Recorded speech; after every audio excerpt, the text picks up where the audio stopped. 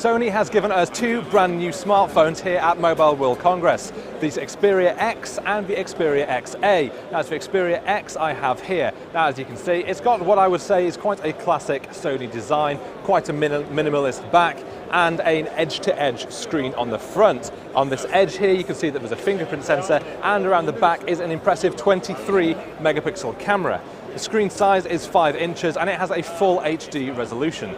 It's of course running the latest Android Marshmallow software, and it's powered by a Qualcomm Snapdragon 650 hexa-core processor. That's 6 processing cores, so it should be reasonably powerful enough for social networking. There's 3 gigabytes of RAM as well, and Sony reckoned you can get 2 days of battery life from its battery, although that is something that we will be putting to the test at a later day. One thing we don't see on this phone or on the XA is waterproofing, something that we've been a big fan of on Sony's Xperia phones before now, so it is a big disappointment to see that go.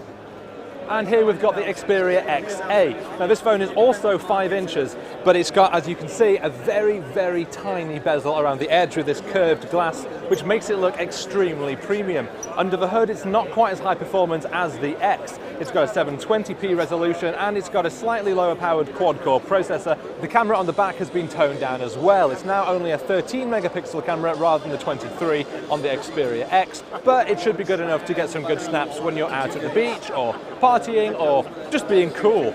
There's an 8 megapixel camera on the front for those embarrassing selfies. And there's a 2300 milliamp an hour battery, which Sony reckons will give you 2 days of battery life. Again, the XA doesn't have waterproofing, something that we are going to miss on Sony's range of phones. Sony hasn't given a firm date on price or availability yet, but these phones will be coming to Europe and the US in the coming months, so make sure to keep it CNET for all the latest news.